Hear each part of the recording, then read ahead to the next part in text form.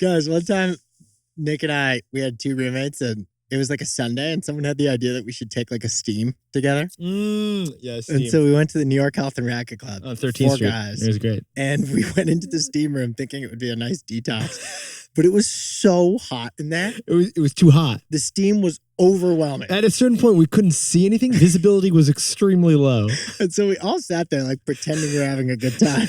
At one point, Jack was panting so much. I was looking for a But none of us acknowledged the pain or the discomfort. Like we're all silently looking for the defibrillator. And then at one point, someone just goes, "Guys, what a relaxing Sunday afternoon. This is great. Nothing like a good steam on a Sunday." And then someone just goes, "It's too hot in here, isn't it?" Dave was first to acknowledge the discomfort. And the best part was he apologized. Yeah, he said, "I'm sorry, guys. I gotta go." No, we were like, "Thank God. Thank God. We all got out of there." That's why they call it the day of rest. Once Dave left, we all immediately we all had left. to leave. Our buddy Timmy barely survived. I think Timmy called the fire department. That's true. Hey, you've reached Nick and Jack at the T-Boy hotline. We couldn't get to the phone right now, but you know what to do. Leave a message after the beep. Leave a message, ask us any question, and we will answer your question live on the T-Boy Hotline podcast. We'll get back to you. You know what to do. This is Nick. This is Jack. And today's pod is the best one yet. This is T-Boy Hotline Episode 1. The T-Boy Hotline. What do we got, Jack? This is a brand new podcast series from T-Boy where you are in charge. You submit your questions and Nick and I answer them live on this show. We're going to be talking about your job life, your work life, your relationships. We're going to talk about finances, your investing. Jack, are you going to share your mango recipe, the smoothie? You're going to share the smoothie It's a recipe? pineapple. Nice try. You failed the test. Trick question. I knew you'd answer it. Ladies, we got a fantastic show for you because you are going to be the show. We're hoping to put these on every month, but it depends on you sending us your questions. So if you have a question that comes up during the show, email us at nickandjack@tboypod.com. Now, to sprinkle on some context here, Rachel from the T-Boy team has been listening to all of your voicemails, all of your messages, sorting through them all and whipping them up into a perfect mix. Rachel, our creative director, is handling all the questions today. She's going to be the operator of today's show. She's looking fantastic. We can't even see her. She's not here with us physically, but she's here spiritually. We can feel the presence. I've been told that people can feel my presence.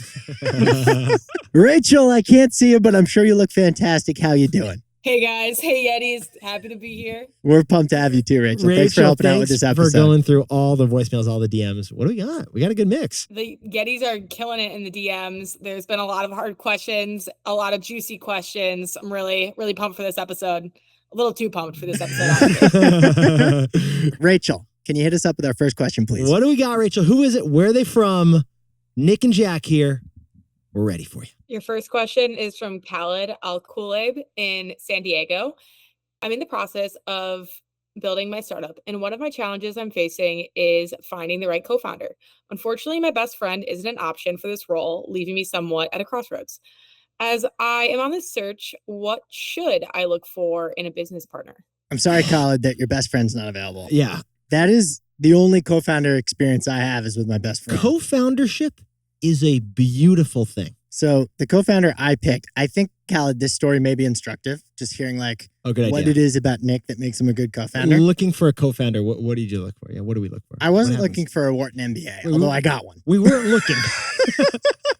I was looking for someone who was complimentary, whom I could trust, and who I enjoyed spending time with. Because your co-founder, you're going to spend so much freaking time with. On the complimentary front, yes, Nick was born and raised in New York City, like literally in the city. I was born and raised in Vermont. Yeah. Complimentary. Yeah. Nick was the same. An Italian, foreign exchange student. I was a German foreign exchange student. Complimentary. I was an econ major. You were a history major. Complimentary. I went to baseball camp. You went to piano camp. Complimentary. Where's middle C? I worked at a bank after college. Nick did for a second, but then worked at a nonprofit venture capital. Complimentary. Honestly, we have so many diverse experiences. Me having grown up in Vermont with 3 brothers, you having grown up in New York with a sister. Yeah, it's complimentary. We have different life experiences and it enhances the show, which is wonderful. Like just the right amount of overlap. Like when I first met Jack, first moment, freshman year of college, we walk into the same dorm room, same Seinfeld DVDs. Well, this speaks to the trust point. You want someone you can trust. That's number 2. You want complimentary, and then number 2 is trust. We trust each other because we go way back and have shared some really embarrassing experiences with each other. On the co-foundership level, on the trust level, there's also why I love you and Oh working with boy, you, we've Jack. already dropped the love bomb so Okay. early in the episode. So there's this concept of here you are versus here I am. There Okay. you are versus here I am. Mm-hmm. Like a psychology concept.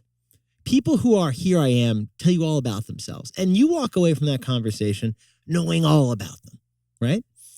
But there you are people make you feel like you are the center of the world and you're the happiest person ever.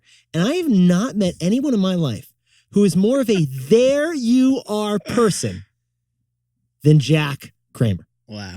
Because Jack will be in a conversation and he'll remember, oh yeah, this person has a daughter who studied abroad in London and loves baguettes. And he will engage that person in that conversation and they will feel so happy about it. Jack will remember these details about your life, like you just shared about me, that you've forgotten about. And the next thing you know, you feel so happy. And it's because Jack puts you on a pedestal. And it's this incredible superhero value that Jack Well, has. I'll also embellish details about your life. That's you know, true. like the piano camp. Oh, yeah. But that's very on brand. Jack will round up for you and you're not going to stop him. So the third quality, Khaled, that I think you need in a great co-founder is the enjoying spending time with, because Nick and I started as a side hustle, like in terms of our business relationship, back in 2012. It's 12 years later now. We've spent so much time working with each other. And since Nick was born and raised in New York City, he grew up in the mecca of comedy. And the number of laughs I've gotten from Nick is just insane. I'm going to get a dozen more guaranteed on this episode. Well, Jack and I have worked every single day together on something, and we have laughed every single day on whatever we were working on. So I think in an ideal co-founder, you're going to look for those three things. You might not get all three. You can't check all three boxes. You want someone who's complementary in terms of your skills and experiences. Yes. Someone who you can trust. Totally. Which you may not have at the beginning. Trust may take time to develop. You gave me my first pair of jeans. I trusted you on that. And third is you need someone who you enjoy spending time with, because you're going to spend a ton of time if you're getting into entrepreneurship to build your company. I love that trio. Can I add in some quantitative stuff to that too? Sure. Okay.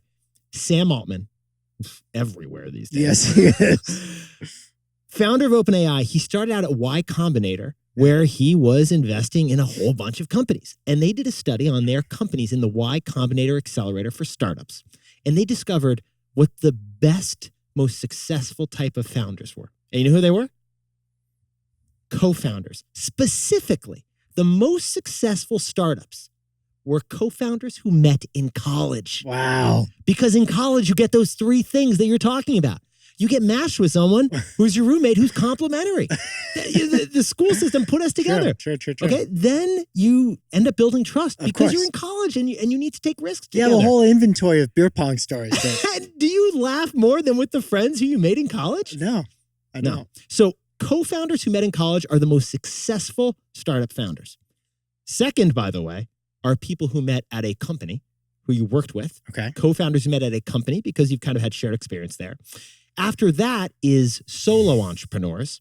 And then finally, the least successful companies are run by co-founders who don't have any of that stuff. Who are bad co-founders. So, Khaled, if you have your best friend as a co-founder, it worked for Nick and me. It doesn't work for everyone, but you want to look for someone who's complimentary to you, someone who you trust, someone you enjoy spending time with. And ideally, someone whom you met in college. Maybe you met them in college or at your company or you're a solopreneur, but don't have a bad co-founder. Okay, by the way, this is kind of a cool opportunity because all the Yetis are out there. Colin's looking for a co-founder. Like if any of the Yetis are looking to start a business with Colin, they didn't go to college with him maybe, but like this is an T-Boy's not opportunity. a dating app. No. But maybe we're a networking app. Yeah. If anyone is looking for a co-founder, we got one in Khaled who's also looking. So reach out to us and we'll connect you with Khaled. Who knows? This could become a networking connection. That's our meet cute story, by the way. If you are listening and you've got a cool meet cute story with your co-founder, let us know. Hit us up at T-Boy Pod. Rachel, can we hear the next question? Next question, what do we got? That first one was fantastic. Second question is from Anonymous. I'm an assistant in the entertainment industry, and I just started a new job as a talent rep at a major agency. I'll call it Hollywood Talent. I took the job out of necessity to pay the bills. A month into the job, my dream company, I'll call it Pop Pictures, reached out to interview me. My career goal is to be a TV producer, and this company makes award-winning TV shows. I've been liking Hollywood Talent, so I don't want to burn any bridges, and it's just a one-year contract. But Pop Pictures has the prestige and the work that I actually want to do.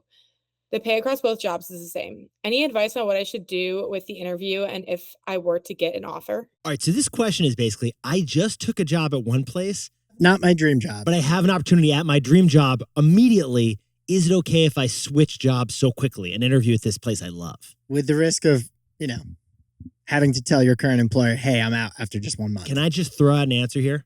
Absolutely.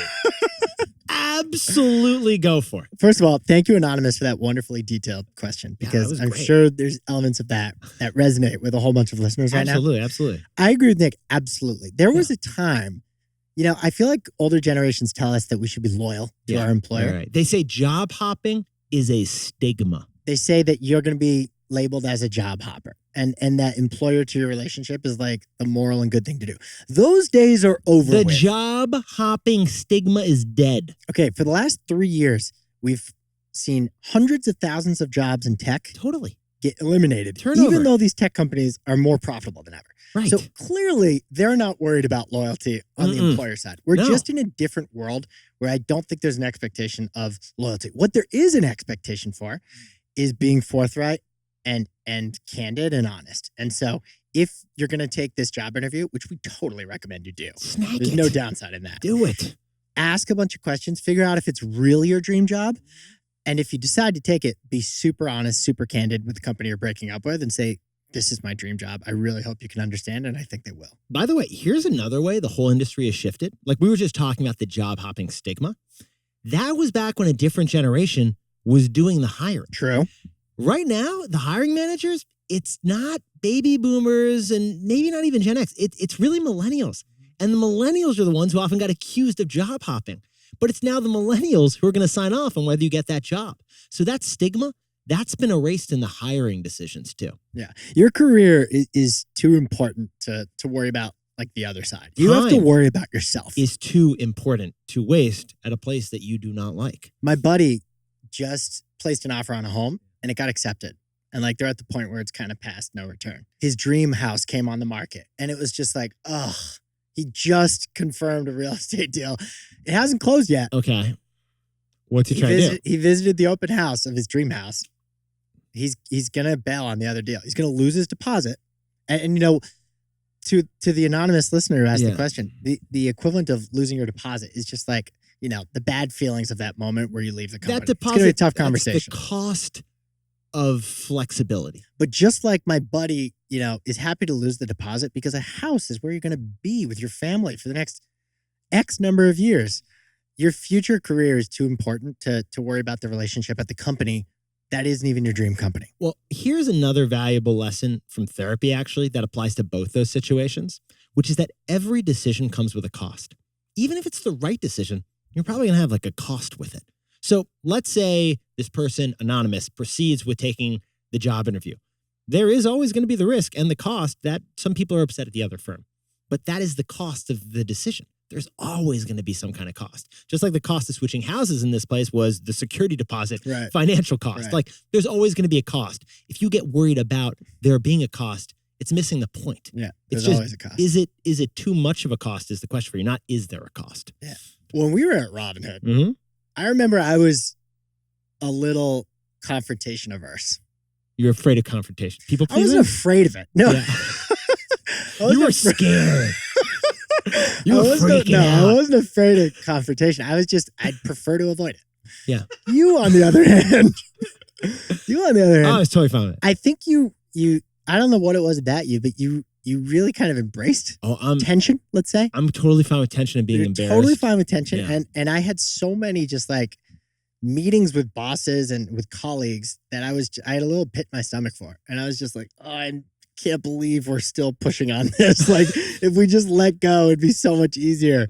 But we didn't let go. No. Partly because you kept pushing and I was right there at your side, believing and kind of trusting that Complimentary. this was complimentary. And we got through it all. And I'm so glad we pushed because they were important decisions early on when we arrived at Robinhood, which was going to determine how Robinhood Snacks, our media company, our baby, was going to be at this new company we just sold to. And like, I learned back in our Robinhood days early on that tension is not something, confrontation, tension, it's not to be avoided. yes, there's going to be a little discomfort, but if you can get through that discomfort, you'll have better outcomes on the other side. Also, remember that lesson that Lauren taught us that she shared with us once? About enemies? Not everyone's going to like you. Right. It's okay. Like, it's okay if not everyone loves you. If you're going to be successful, not everyone is going to love you. Yeah. And if you're prioritizing that everyone loves you, that's going to limit your success. It doesn't mean be a jerk, by the way. Absolutely not. No. It just means that you have to be okay that some people aren't going to like the decisions you make. For example, switching jobs right after you started one. Your manager of that job is probably not going to be that happy about it. But that's one of the costs that comes with the decision. Your new boss at the new dream company will be He's happy. going to love you. And that's way better. And I was going to say, you could tell the dream job that you have the situation and it's tough for you, and maybe they'll even sweeten the deal for you. Yeah. Oh, good point. To help you get over negotiating tactic. To help you get over the tough breakup conversation you're going to have. No, that's a great point. So you're now saying not only take that job, but leverage it to get an even better opportunity. Yeah, I just started this job here. I mean, don't push it too far, but just be honest and be candid. But a little bit of tension. Just a little bit. All right. Anonymous, that was such a wonderful question. love that Thank question. you for illustrating your situation with such detail. Go for it. Oh, by the way, quick reminder. If you're listening and you have a question that one of these questions we're answering now kind of like triggers it in your head, submit it now. We have a link in the episode description where you can submit your question. You can also just email Nick us. and me Yeah. at nickandjack@tboypod.com, and your question will be featured in a future T-Boy Hotline episode Nick next month. And Jack at tboypod.com. All right, Rachel, what's our next question? The next question is from Jaquel Lang. How do I get passionate about the stock market? I have been dabbling with a few stocks, but I have no clue what I'm doing. I want to be knowledgeable about it, but I'm not sure where to start. I think there's two ways I got passionate about the stock market. One was I invested in companies I loved or had a passion for, which happened to be Ford at the beginning. I love that Ford is still a family-owned company.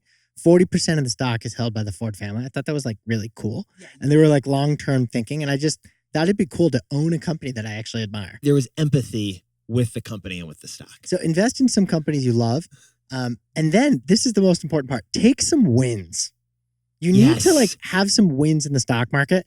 Buy at a certain price. Some of your investments are going to grow in value and then sell. And the difference is your gain, and celebrate that. Celebrate that win. And what do you do with it? Because I know exactly the example you're going to give. Buy yourself something. Buy yourself something nice. You owned part of a company.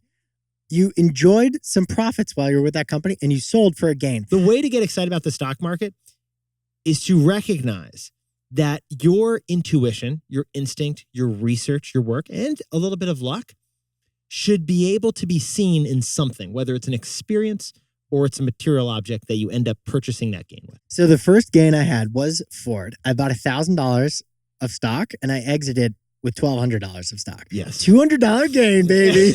It was my first one. What did I do? What did you do? I treated my buddies to a night of dinner. Oh, I thought you were going to do the Roku one. Oh, that's the Oh, next. that was Okay. good. Okay, So I know. that was I a was few gonna- years I was later. going to share this one about you as I was thinking of it. Go ahead. Well, we're at Jack's wedding and we're hanging out and we're like, wow, this person makes a really good Negroni. Where is this bartender from? And then Jack's like, this bartender was hired with the gains from my Roku stock. My in-laws put on a wonderful wedding for us, Yeah. but we splurged on an extra band and some extra instruments. And a Ben and Jerry's ice cream truck. We had a Ben & Jerry's ice cream truck, Yeah. so there was a little bit of extra cost. Courtesy of Roku's 100% jump. Roku was my first early, Yeah. real win, like significant thousands of dollars. Paid for my open bar with it. How wonderful was that? No, it's lovely. I still remember the Ben and Jerry's. And then my last one was, we had some Robinhood stock because we sold our company to Robinhood. When the company IPO'd, what did I do with that money? Down payment on my house. How wonderful is that? I have the house I'm in right now because of some stock market gains. Remember, the value that you got from the stock, it doesn't disappear. Like if it's an experience, it lives on in your memory and your happiness. If it's a physical thing, you've transferred that value to something else. And every time you look at that thing, it'll get you excited that, wow, that was really cool that I invested in a company and now I have that thing because I took a risk and the risk paid off.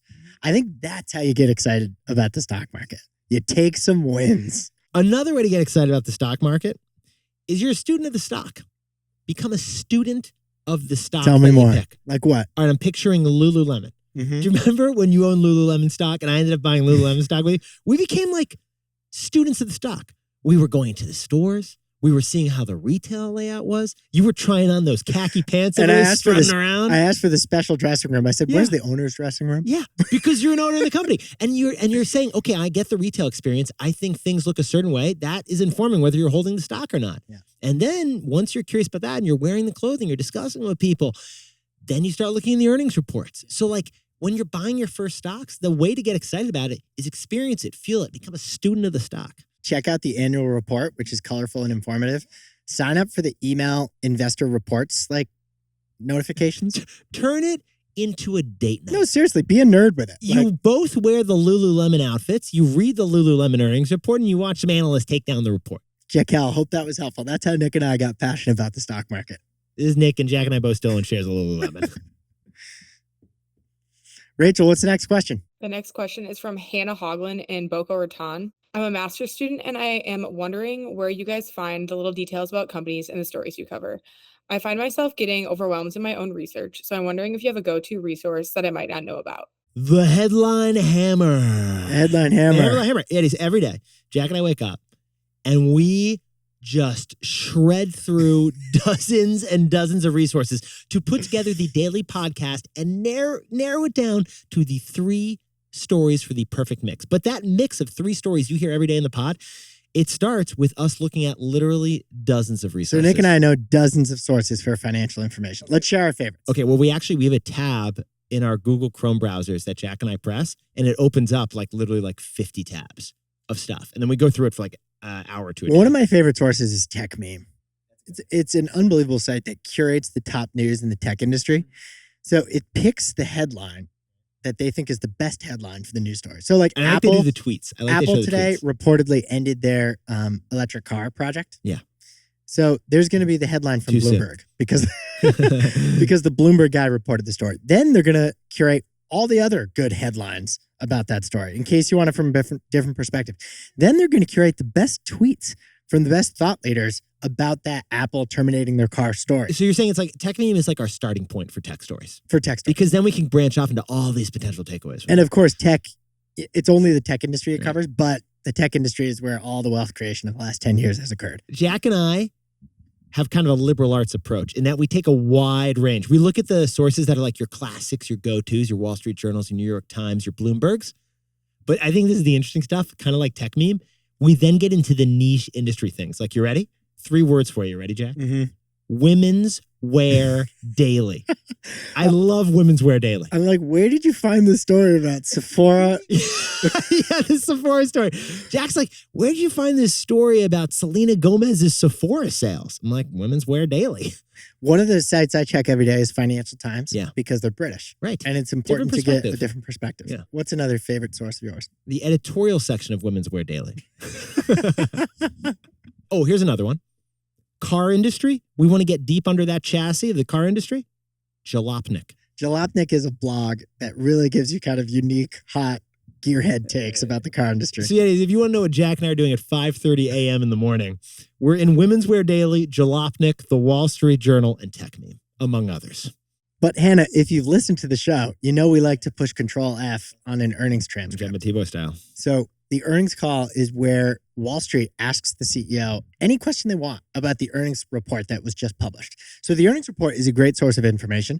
The earnings call is like 10 times more information than the earnings than the earnings report. Into the earnings calls. Like, we love going into these earnings Nick and I will calls. go there and we'll just look for unique words that surprised us and then check and see if it was mentioned more than once. Jack will call me and be like, did he say raccoon again in the Target earnings? I'll be like, Jack, I'm looking. I see another raccoon reference. No, for instance, Scott's Miracle Grow. They used to be a fertilizer company, Right. a lawn care company. Right. Your parents may have used Scott's Miracle Grow to grow their lawn. That's what we always thought the company was. And then we discover the words hydroponics and cannabis are sprinkled across their earnings transcript. Yetis. You're not seeing this on other news networks, but Jack and I go into the earnings call and we discovered Scott's Miracle Grow, the lawn company, has become a cannabis company. So it's a little bit of an art and it's a little bit of a science. The science is what Tech Meme does. The art is the blogs we go to find the hot takes that no one else is talking about. Rachel, what's our next question?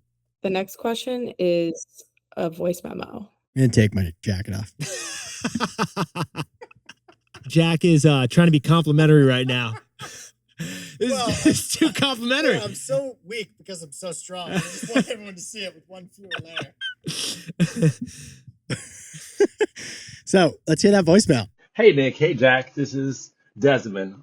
I'm considering leaving teaching and would like some advice on converting my salary. For example, if I made $50,000 as a teacher and I get the summers off, how would that translate to a business job where I don't get the summers off? I would definitely appreciate an increase, but I don't know how to ask for that. Thanks a lot, you guys. Keep being great. Negotiation. This is a negotiation question. Go ahead. Share some more. I have some other thoughts, but I'm excited to hear the negotiation. On the negotiation side, I think this is the most underutilized part of a job negotiation. You ready? Mm-hmm. The reference. Go on. We always wait for the company that is hiring us potentially to ask for a reference check. And those reference checks tend to be a black or white, yes or no, just making sure you're not crazy, right? I think job candidates should be proactively offering up references who can provide color, which is what the job hiring manager wants. If you're the job hiring manager, your perspective is, I want to hire this person who's going to be with the company for a long period of time and succeed. And you also are looking at so many people. So how do you satisfy that job manager? Proactively offering up, hey, I worked for this person for 8 years. They can tell you more about me for relevant to this job than my mother can. So you're saying instead of waiting for the hiring manager to ask you for references, voluntarily give them. Give them the references ahead of time. It looks proactive.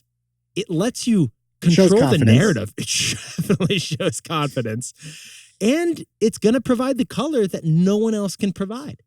And at the rate, I've basically heard no one do this. You're going to stand out. Plus, ChatGPT can be your reference. You're like, just text this number over here. So, Desmond, I think when you're considering a career switch from teaching to something else, that is a big switch. You should consider, I like kind of like 3-box frameworks. So for a co-founder, the 3 boxes were complementary, trust, and enjoy spending time with them. Yes, yes, and yes. When it comes to a career or a job, I think the 3 boxes are income, impact, and quality of life. Oh, you could have stuck the landing with another I word. I know. Oh, it's going to eat you up at night. I know you. So on the income, that's clear. You're going to compare the numbers. Right. On the impact, teaching is a high impact career. So if you're moving into the insurance industry, you need to consider what's going to be the change in impact because, that's not compensation, but it is part of how you feel and part of how happy you are is the impact you feel you're making or not. An unquantifiable value, but a value nonetheless. And then finally, quality of life. As a teacher, you do get the summers off. And that's wonderful if you eventually have kids or if you like to travel in the summertime. So you're going to have to try to quantify that in terms of, dollars. An economist would try to take all 3 of those things, income, impact, and quality of life, and dollarize it so that you can compare apples to apples, the teaching job and the insurance job you're considering. Actually, we have some buddies from business school who would try to turn all 3 into a number and a variable to come out with one number that's like an NPV that determines whether you should do it or not. Well, when Nick and I were considering selling the company to Robinhood, which we did back in 2019, that's where we came up with this 3-box career That's framework. true. We'd used it. Yeah. And we thought to ourselves, okay, I think income-wise, this will be great. We're getting into Robinhood pre-IPO. Hopefully they IPO and, the stock that they give us for joining the company grows in value. That would be amazing. So income, it was a clear check. Right. Impact, at the time, Robinhood just introduced no commission trading. That was really cool. And we were going to reach all of their customers with our newsletter and our podcast. Mm-hmm.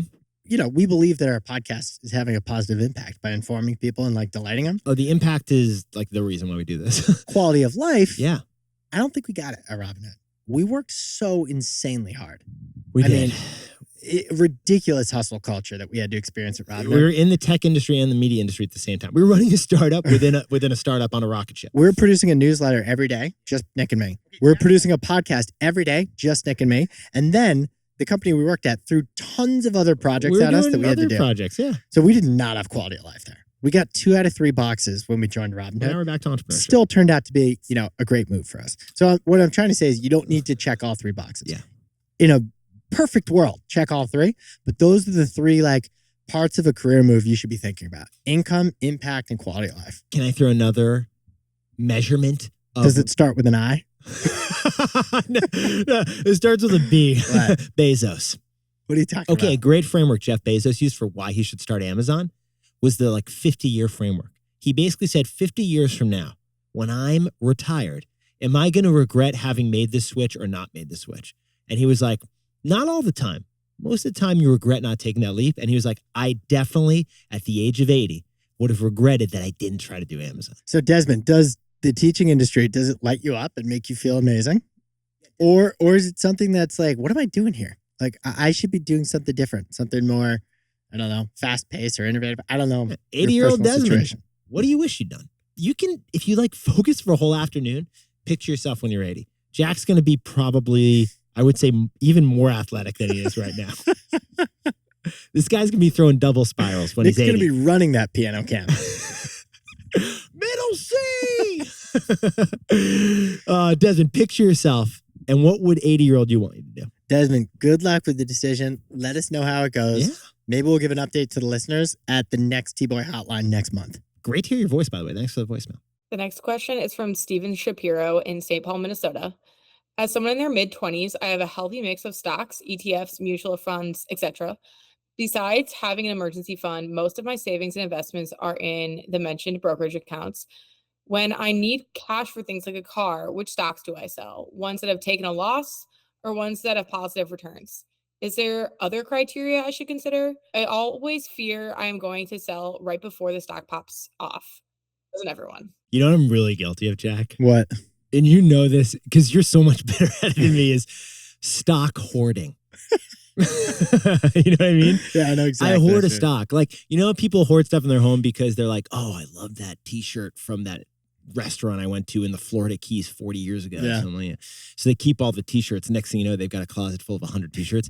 I see stocks sometimes as physical things that were part of my identity in life, and I keep them in my portfolio like an overflowing closet. And I really have trouble letting go.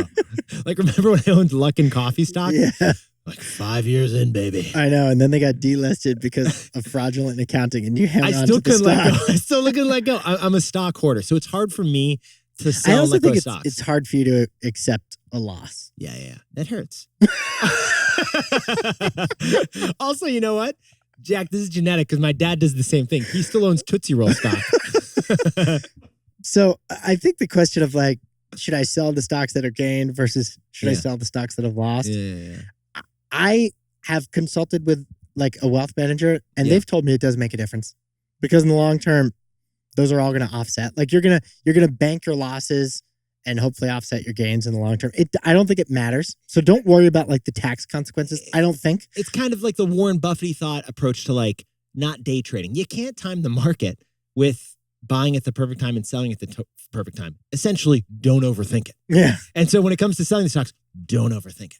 agreed. Yeah. And Warren Buffett he like never sells. We covered that on a pod recently. Yeah, we said Warren Buffett, and this is a fact, he bought Coca-Cola and American Express stocks over 20 years ago, hasn't touched them in the last 20 years. Now, I own a significant chunk of index funds. Must be nice. You do too. Index I know funds you'd say. is, financial people would tell you it's the best way to invest. Right, because it's you're buying never a basket of other stocks. It's buying a basket of the entire stock market Yeah. if you do the S&P 500. Yep. And your individual stock picks are just never going to do better than that diversified, like full stock market situation. So anyway, I don't plan to sell my index funds, like unless I need the cash, like buy a house or something, or send my kid to college. Index funds are actually a great way to do passive investing with monthly savings. So like if you're trying to jump into the stock market or if you're experienced in the stock market, a nice habit is to and if you're living with someone, your partner, your significant other, take a little bit of savings every month. And instead of, you could debate which stocks to put it in, or like a really great way to avoid conflict is we're going to take our savings and put it in an index fund. But if you must sell stock to make a down payment on a car, like in this example, liquidity event. I would sell the winners. Yeah. Like, celebrate the wins. Sell a winner so that you can take a win. Like we just discussed earlier. It's really fun to take a stock market win and transfer those gains into something physical that you'll see every day. Or you can keep hoarding the stocks and painfully let them weigh on your conscience for years. That's an option. How cool would it be if Steven sells a stock that, has gained 100% and buys a freaking car with that? Oh, That Steven would should just update us feel on this. Good. This feels like a shout out at the end of the show. Steven sold his Chipotle and is in Boca, baby. We're now going to go and do some rapid fire questions. So the first one is, what era are you in right now? I'm in the post former dink era. No, former dinkwad era. Is that what we're talking about? I used to be a dinkwad. You're a dinkwad ass. Well, I have kids now, so Yeah. I'm not a dinkwad. No, but it's a mindset, Jack. It's a mindset. Your mindset is dink. double but income, you happen to no have kids with the dog and some succulents. Jack, you just flew on Spirit. You're going big, baby. Rachel, what's the next question? Okay, I'm living in my almond butter era. I'm just splurging on different flavors, vanilla, maple. I don't care. I just want to enjoy breakfast. You've never not been in your almond butter era. That's true. There is a Skippy's period. What's the next question, Rachel? What is something you would tell your 25-year-old self? Stop hoarding stocks. Let go of Beyond Meat. Peloton is not going to take over the world with their connected bikes. Don't buy the stock. Actually, funny story. When Jack and I first met in college, I like the third day I knew him, I don't know, we were like trying to have some fun. So I left a note on his computer saying that It was from future me to I left a note on his computer pretending to be future Jack saying, "Hey Jack, watch out. Don't go into the library tonight. Something will happen. Future you'll thank me later." So Nick managed to go to both a non-Ivy League college and an Ivy League college somehow. He started with me at Middlebury College and then he transferred to Brown. Yeah. But those 2 years at Middlebury that we were roommates together, I witnessed some incredible creative writing from Nick. I've been witnessing this incredible, humorous creative writing since the start. Yeah. And you see it every day in the pod. Like that's what we love doing on the show. same incredible writing. That's what we love doing on the show. Forget what the original question was. but- What is something that made you feel old? Your question about what would you tell your 25-year-old self? Because I'm realizing that was a decade ago. Honestly, I don't feel old, and I don't think you look old or seem old. And neither one of us seems old. What I love about us getting to do this job every day is how absolutely on the cutting edge of I've never felt younger. Like I feel I know more now about what it's like to be 20 than when I was 20. You know what I mean? Because we have like this experience of being older and appreciating like the experience that's come with that. But also I think that partially because our job is about identifying and observing trends and changes and shifts and all this. And also like we know ourselves better and just we've kind of had this, as we're older, we think more about the world around us.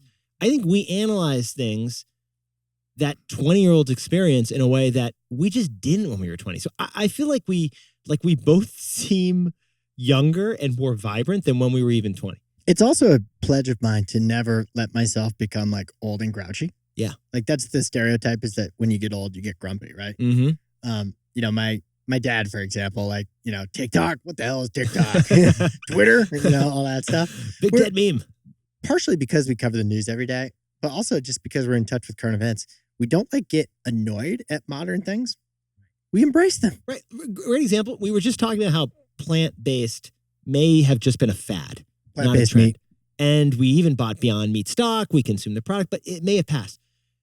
Yeah, we could have called that trend and said, hey, it was actually a fad and been on the right side of history on it. But it was more enjoyable to test it, experience it, try it, like hope that an innovation becomes a thing, regardless of what happens to it long term. And err on the side of not judging it, but appreciating it for trying something different. What is a book that's changed your life? The Brooklyn Bridge. We're staring at a bridge right now, the Bay Bridge. Jack's about to tell me about the suspension lines on this thing. I don't know if it changed my life, Yeah. but the building of the Brooklyn Bridge, I mean, I could go on for days about this. It happened in 1869. Yeah. They built a bridge across a 1,600-foot wide river, the East River of New York City. No one had built anything like it before. The bridge is known for being wide. It was the tallest structure in New York City or North America when it was built. The tallest. Jack sometimes will walk around and be like, that's a rivet right there. They built the bridge over the course of 20 years. In the 1860s and 70s, they built the frickin' Brooklyn Bridge.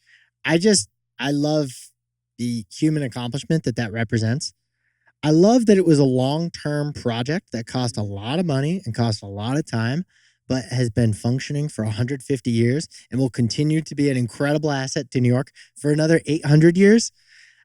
That book it made me believe in big projects and get excited about our human potential. That book, when you talk with the energy about the Brooklyn Bridge, it makes you open your eyes to all these details right now you take for granted that when you put yourself back in this historical context, were monumental at the time and like changed the course of history. But you kind of just take for granted when you're traveling across of it. So the Brooklyn Bridge book I read is like 700 pages. I loved it. Yeah, it was great. But it was pretty long. It was long. Ken Burns did a documentary on PBS also about the Brooklyn Bridge if you only want to spend an hour. Jack, like there's a TikTok 30-second video on this. I need to make that TikTok. Yeah. I'm in the middle of the book right now. Mm-hmm. So I'm going to tell you the rest of it. Right? Alchemy by Roy Sutherland, British advertising executive who ran Ogilvy. This thing is so chock full of thoughtful perspective that economics misses human behavior in such interesting ways. What we think is economically rational doesn't end up happening because humans are not rational creatures. We are not. Okay, great takeaway from the book. We don't value things, we value meaning. Example of this? Mm-hmm. I hand you a bag. You're like, whatever, it's just a regular bag. Like, what does this bag matter?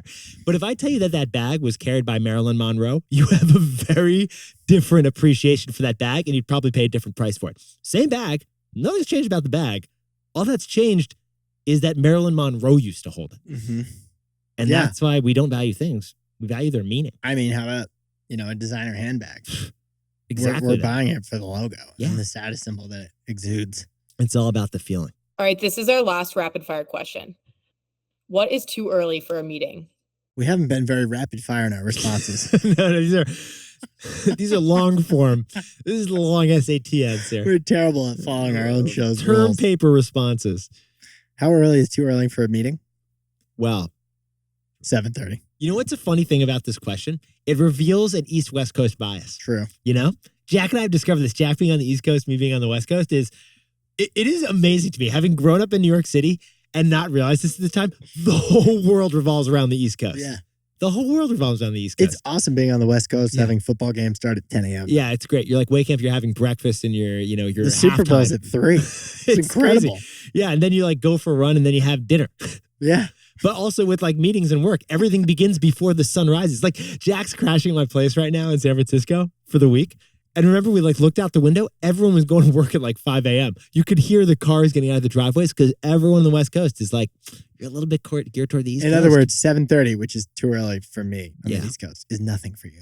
Right. Because like you're up early to match East Coast time. Yeah. So it's really time zone dependent. And the world revolves around New York. Yeah. Okay. First rule: if your boss sets up a meeting that's too early, camera off. Camera off. Don't even think about keeping that thing on. Now, didn't say naked, just said camera off, right? Like you want to be prepared for any kind of Google Hangouts malfunction, Zoom issue. Yeah. But you're not keeping the camera on if it's before 9 a.m. And if you get scheduled for a meeting after 6 p.m., camera off, you're phoning into that thing. Yes. Take your dog for a walk. Enjoy the outdoors. No one expects you to be behind your computer. Biggest legacy mistake of the pandemic is that you have to be doing a Zoom-style video meeting all the time. Studies show how exhausting that is, just trying to like keep your smile up for the entire meeting. Take a phone call walk. And if we're talking about work-life balance, Hit me, Jack. Where are you going with this? what was the best thing we did to ease our quality of life at Robinhood? What was it? We deleted Slack from our phones. Oh my God. This was so funny. Jack and I, like literally one day we said, what happens if we delete Slack? From our phones. From our phones. We thought birds would fall from the sky. We thought time would stop as we know it. Instead, Yes. the message was waiting for us when we opened our computer. And no one complained. And we were able to actually disconnect when we closed our computers. And if there was something urgent, guess what? Our Slack profile had our phone number. People called And us. they called us. So Yetis, the takeaway for our buddies who may have a 6:01 p.m. meeting on a Friday. What is it, Jack? Or 7:49:29 a.m. Delete Slack, turn off the camera, take a walk, and make it a phone call. I just whipped up the takeaways Jack style. Okay, so at this part of the show, we usually do the best fact yet. We usually whip up the best fact yet for the Yetis. But for T-Boy Hotline, you are hitting us up with the best fact yet, trivia style. It's the reverse best fact yet, So we got this trivia question sent in by Bestie. but it's still the best fact yet. Push and play. This is from Jack Leonard. Trivia question for you. What do the 2019 films Knives Out, Joker, and Marriage Story all have in common? Okay, Knives Out obviously involves knives. In Marriage Story, Adam Driver gets cut by a knife. I feel like we need some kind of like A board. Inception board where we're connecting everything together. Like a detective with all the lines connecting the suspects. What was the third And movie? then- Knives Out, A Marriage Story, and knife. Joker had knives coming out of his shoes. The Joker. I think there's a knife connection across all three. Do you have any ideas?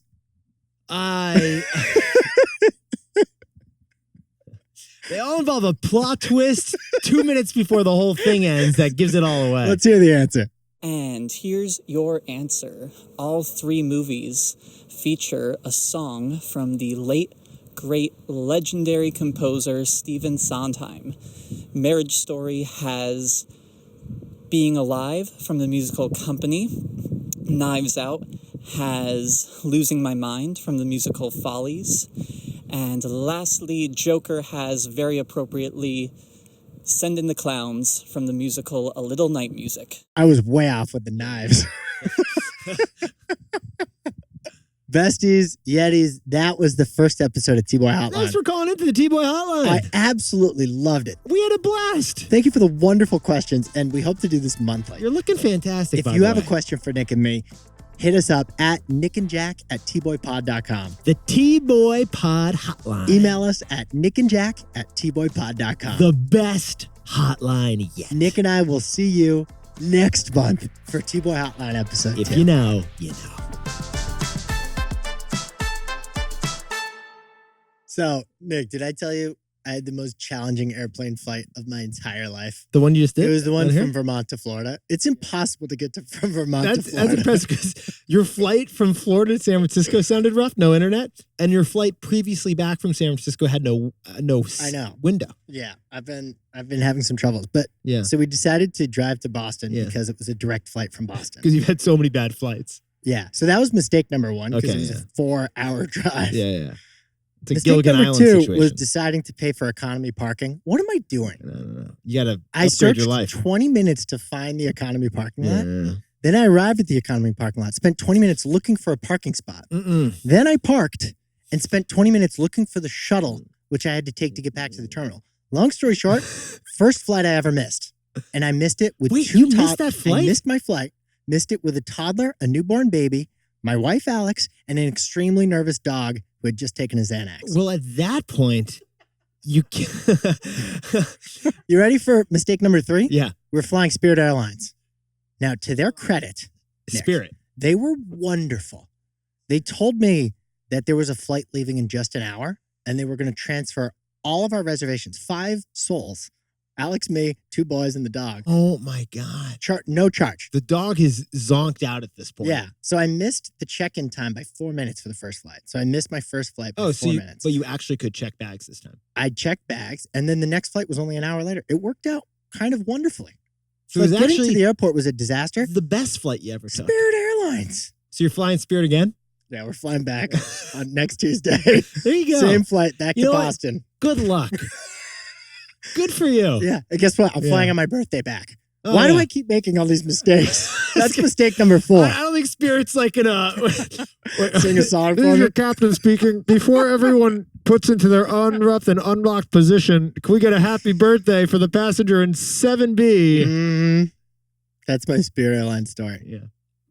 Well, I'm really happy you survived to tell the tale.